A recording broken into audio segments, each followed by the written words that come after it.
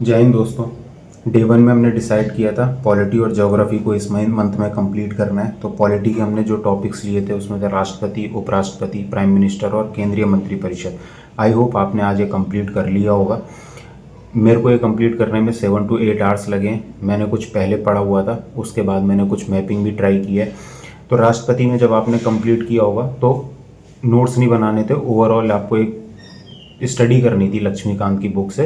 तो राष्ट्रपति इस चैप्टर में आपको समझने वाली बात क्या थी कि आर्टिकल कौन कौन से दिए हुए संविधान में प्रेसिडेंट से रिलेटेड, राष्ट्रपति का निर्वाचन कैसे होता है, क्योंकि ये आपको एक मेंस के आंसर राइटिंग के लिए भी आपको एक टॉपिक लिखना था, तो इसको डीपली पढ़ना था आपको।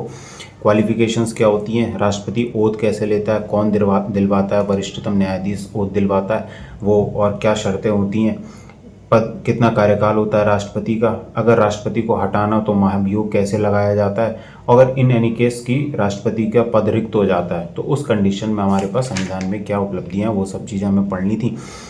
शक्तियां और कर्तव्य के बारे में आपको एक ओवरव्यू ले लेना था, क्योंकि एग्ज़ाम में आ सकता है कि राष्ट्रपति के शक्तियों की व्याख्या कीजिए या विवेचना कीजिए, तो आपको वो ये डिटेल में पढ़ना था। तो एक बार आप समझेंगे इस चीज़ को तो आप समझ पाएंगे एक दूसरे से रिलेट करके कि राष्ट्रपति काम किस तरीके से करता है। इसके बाद राष्ट्रपति के पास वीटो शक्ति होती है। जब भी कोई विधेयक आता है तो उस पर राष्ट्रपति वीटो लगाता है। तो वो वीटो किस तरीके से काम करता है, क्या पॉकेट वीटो होता है, क्या आत्यांतिक वीटो होता है, विशेषित वीटो क्या होता है, निलंबनकारी वीटो क्या होता है, ये आपको डिटेलिंग में ये पढ़ना था। इसके बाद राष्ट्रपति के पास एक विशेष शक्ति होती है अध्यादेश जारी करने की शक्ति, यानी कि जब सदन में सत्र ना चल रहे हो तो उस कंडीशन में अगर हमें इमरजेंसी में कोई रूल बनाना हो तो हम क्या करेंगे, तो वो पावर राष्ट्रपति के पास होती है। तो राष्ट्रपति एक अध्यादेश जारी करके एक रूल बना सकता है, बट जब सत्र चलेगा तो हमें उस अध्यादेश को सदन के सामने रखना पड़ेगा और उसे पास कराना पड़ेगा बाकी बिल की तरह। तो कितना टाइम होता है, 6 हफ्ते का टाइम होता है अगर सत्र नहीं चल रहा है तो, और अगर सत्र अलग अलग समय पे चल रहे हैं तो 6 हफ्ते, 6 महीने और 6 हफ्ते का टाइम होता है। तो ये आपको डिटेलिंग में पढ़ना था कि राष्ट्रपति का अध्यादेश क्या होता है। इंपॉर्टेंट था राष्ट्रपति की संवैधानिक स्थिति, ये आपको क्लियर पढ़नी थी कि राष्ट्रपति की संवैधानिक स्थिति में किसने क्या कहा है। जैसे डॉक्टर भीमराव अम्बेडकर के स्टेटमेंट्स हैं तो आपको वो डिटेलिंग में पढ़ने, याद करने, क्योंकि कभी भी अगर आंसर राइटिंग में आए तो आपको एक कोड की तरह लिखने होते हैं। ठीक है, तो इसको आप इस टॉपिक को आपको बहुत इंपॉर्टेंट पढ़ना था। जैसे 42वें संविधान संशोधन अधिनियम के तहत फिर क्या हुआ, ये चीज़ें आपको पढ़नी थी। इसके बाद आपको सारे राष्ट्रपति के नाम याद होने चाहिए जो अब तक रहे हैं। ये आपको टेबल दी हुई है, इसमें ये टेबल यहाँ पर दी हुई है राष्ट्रपति के नाम की, अब तक कितना किसका कार्यकाल किस समय से कितना तक रहा, तो आपको ये चीज़ें याद होनी चाहिए। इसके बाद उपराष्ट्रपति आपको पढ़ना है। सेम आपको निर्वाचन पढ़ना है, क्वालिफिकेशन, ओथ कौन दिलवाता है ना, ये चीज़ें। पद रिक्त हो जाएगा तो क्या करेंगे, कितना कार्यकाल होता है, क्योंकि उपराष्ट्रपति सिर्फ राज्यसभा का सभापति होता है, उस सभापति के तर्ज पे काम करता है। तो जब आप ये चीज़ करेंगे तो यहाँ से जब आप इसकी कार्य और शक्तियों के बारे में पढ़ेंगे तो आपका राज्यसभा के सभापति वाला जो पोर्शन है संसद में आएगा वो भी क्लियर हो जाएगा। तो आपको इसको डिटेलिंग में पढ़ना है। इसके बाद प्रधानमंत्री क्या होता है, सदन का नेता होता है, किस हिसाब से प्रधानमंत्री का चुनाव होता है, प्रत्यक्ष चुनाव है, कौन कौन अब तक प्रधानमंत्री रहा है, क्या शपथ कैसे लेते हैं, कौन निर्वाचित हो सकता है प्रधानमंत्री, वेतन कितना होता है ना, क्या कार्य और शक्तियाँ हैं। ये अब आपने इसमें पढ़ा होगा कि राष्ट्रपति, प्रधानमंत्री और उसके मंत्रिपरिषद यानी जो मंत्रिमंडल है उसकी सलाह पर कार्य करता है, यानी कि राष्ट्रपति स्वयं कोई निर्णय नहीं ले सकता है, राष्ट्रपति प्रधानमंत्री की सलाह पर कार्य करता है।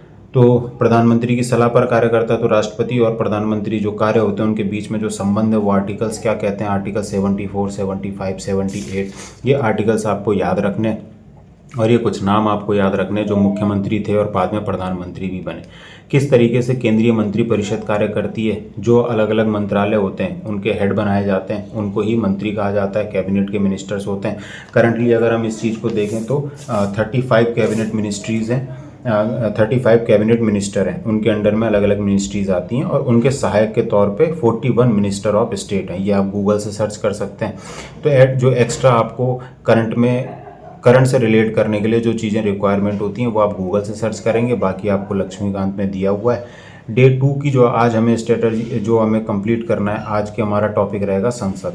आप इसमें संसद में कंप्लीट करेंगे। संसद में आपको क्या क्या पढ़ना है, संसद में आपको पढ़ना है एक तो संसद किस तरीके से वर्क करती है, गठन कैसे होता है। 2 सदन होते हैं संसद में, राज्यसभा और लोकसभा। राज्यसभा में जो हेड होता है वो सभापति होता है, लोकसभा में जो हेड होता है वो लोकसभा अध्यक्ष होता है। दोनों किस तरीके से कार्य करते हैं, उनकी कार्य क्या है, उनकी शक्तियाँ क्या है, संसद की सदस्यता कौन ले सकता है, ठीक है, जो सदस्य होते हैं उनके चुनाव किस तरीके से होते हैं, ये चीज़ें आपको पढ़नी है। तो संसद का गठन, दोनों सदनों की संरचना, लोकसभा राज्यसभा दोनों सदनों की अवधि, संसद की सदस्यता, पीठासीन अधिकारी, ये टॉपिक आपको आज क्लियर करने हैं। संसद कार्यवाही के साधन, जो प्रस्ताव लाए जाते हैं वो आपको कंप्लीट करने हैं यहाँ तक। संसद में विधायी प्रक्रिया, इससे पहले का जो टॉपिक है संसद में विधायी प्रक्रिया, इससे पहले के जो टॉपिक है वो टॉपिक आपको आज क्लियर करने हैं, यानी कि आज 7 से 8 पेज हो जाएंगे, ये संसद में आज आपको कंप्लीट करना है। ज्योग्राफी की बात करें तो अक्षांश और देशांतरीय विस्तार आज हमने कंप्लीट किया है। अक्षांश क्या होते हैं, देशांतर क्या होते हैं। काल्पनिक रेखाएं होती हैं, जो अक्षांशीय रेखा होती हैं एक दूसरे के समांतर होती हैं। देशांतरीय रेखाएं होती हैं वो उत्तरी ध्रुव से दक्षिण ध्रुव की तरफ जाती हैं। ये जो अक्षांश जो रेखाएं होती हैं ये हमारा जोन डिवाइड करती हैं। जैसे ये इक्वेटर है, ठीक है, और ये 23.5 डिग्री नॉर्थ है, 23.5 डिग्री साउथ है। तो सूर्य की लंबवत किरणें इन दोनों के बीच में पड़ती हैं, तो ये कौन सा जोन बनाते हैं, ये उष्ण कटिबंधीय क्षेत्र बनाते हैं। और यहाँ पर तिरछी 23.5 से 66 डिग्री नॉर्थ, यहाँ पर तिरछी रेखाएं पड़ती हैं। तो यहाँ ठंडा मौसम और गर्म मौसम, जब सूरज की रोशनी मकर रेखा पर लंबवत पड़ रही होती है तब 66 डिग्री और 23.5 डिग्री के बीच में सूरज की उतनी रोशनी नहीं जा पाती, उतना ताप नहीं जा पाता, तो यहाँ मौसम ठंडा होता है। बट जब लंबवत रेखा कर्क रेखा पर पड़ रही होती है तो 66 डिग्री नॉर्थ पर ज़्यादा रोशनी रहती है, यानी कि सूर्य की किरणें ज़्यादा पड़ती हैं, जबकि साउथ में कम पड़ती हैं। तो यहाँ पर उस समय थोड़ी सर्दी और थोड़ी गर्मी रहेगी, बट कर्क रेखा पर ज़्यादा गर्मी रहेगी क्योंकि सूर्य की रोशनी लंबवत पड़ रही है। तो ये जो क्षेत्र बन जाता है शीतोष्ण, यानी कि शीत माने सर्दी और उष्ण माने गर्म, ठंडा और गर्म दोनों रहता है। कर्क रेखा के नीचे आपका गर्म रहेगा उस समय पे जब लंबवत पड़ रही होंगी कर्क रेखा पर, क्योंकि यहाँ पर सूरज की सीधी रोशनी पड़ रही है, अधिक गर्मी होगी। तो ये क्षेत्र शीतोष्ण कहलाता है। ये उष्ण कटिबंधीय क्षेत्र, क्योंकि जब कर्क रेखा पर लंबवत किरणें पड़ रही होंगी तब तिरछी रोशनी इस क्षेत्र में भी पड़ रही होगी, और मकर रेखा पर जब लंबवत पड़ रही होंगी तब भी इस क्षेत्र पर तिरछी रोशनी पड़ रही होगी, तिरछी किरणें पड़ रही होंगी। तो इस वजह से यहाँ पर जो ताप है, जो टेम्परेचर है वो बना रहता है। तो इस वजह से उष्ण कटिबंधीय क्षेत्र होता है। कर्क रेखा 23.5 डिग्री नॉर्थ भारत के 8 राज्यों से होकर गुजर के जाती है, वो नाम आप पढ़ सकते हैं।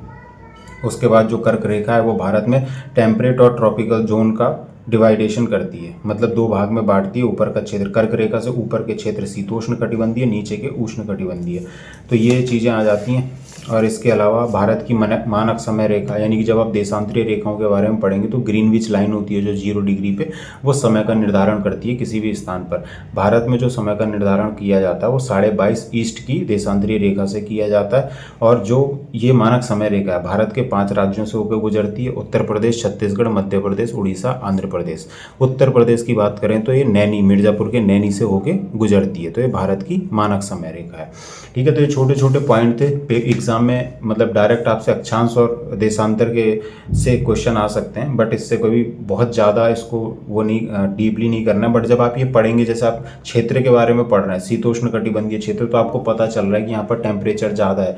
टेम्परेचर जैसे इक्वेटर के आसपास के क्षेत्रों में टेम्परेचर ज़्यादा होगा तो पानी ज़्यादा गिरेगा, बारिश ज़्यादा होगी तो सदाबहार वन पाए जाते हैं। तो जब आप ये पढ़ेंगे तो लिंक कर पाएंगे कि हाँ इस जोन में इस तरीके से होती है, प्रेशर बेल्ट किस तरीके से यहाँ पर काम करेगी।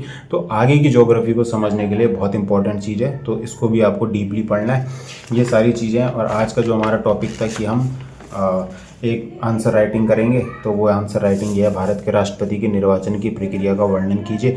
क्या आर्टिकल में दिया गया था और कौन शामिल सदस्य होते हैं, कौन शामिल सदस्य नहीं होते हैं, ये सारी चीज़ें हमने कंप्लीट करी हैं। तो आज का हमारा जो टारगेट था पॉलिटी का, और जो हमारा टारगेट था ज्योग्राफी का, और एक आंसर राइटिंग का क्वेश्चन, वो हमारा आज कंप्लीट हो चुका है। साथ ही हमने कल का जो टारगेट है वो हमारा रहेगा पॉलिटी में संसद को हमें क्लियर करना है। टॉपिक्स आपको बता दिए कि कौन कौन से टॉपिक क्लियर करने। इसके अलावा पॉलिटी की अगर हम बात करें तो पॉलिटी में हमें क्लियर करना है भारत की भूगर्भिक संरचनाएं। भारत की भूगर्भिक संरचनाओं के बारे में हम पढ़ेंगे डे 2 में, ठीक है। और क्वेश्चन रहेगा मेंस का। जब आप लोकसभा पढ़ेंगे तो आप पढ़ेंगे लोकसभा अध्यक्ष किस तरीके से कार्य करता है, और राज्यसभा का सभापति जो होता है, जिसको हम उपराष्ट्रपति भी कहते हैं, वो किस तरीके से कार्य करता है। तो लोकसभा के अध्यक्ष के कार्यों की विवेचना कीजिए, तथा लोकसभा अध्यक्ष के कार्य राज्यसभा के सभापति की शक्तियों में कितना अंतर है। मतलब आपको उनके बीच में लिखना है कि लोकसभा के अध्यक्ष के पास वो कौन सी शक्तियां हैं जो राज्यसभा के सभापति के पास नहीं होती हैं। ठीक है, तो उनकी शक्तियों में अंतर बताना है, और लोकसभा के अध्यक्ष की जो शक्तियां हैं उनको डिटेलिंग में लिखना है। ठीक है, इस तरीके से आपको डे 2 का आपका पूरा टॉप वो रहेगा प्लान। तो मिलते हैं गाइस नेक्स्ट वीडियो में, जहाँ पर नेक्स्ट डे की स्ट्रेटेजी बनाएंगे और आज का जो टारगेट है वो कंप्लीट करेंगे। जय हिंद दोस्तों।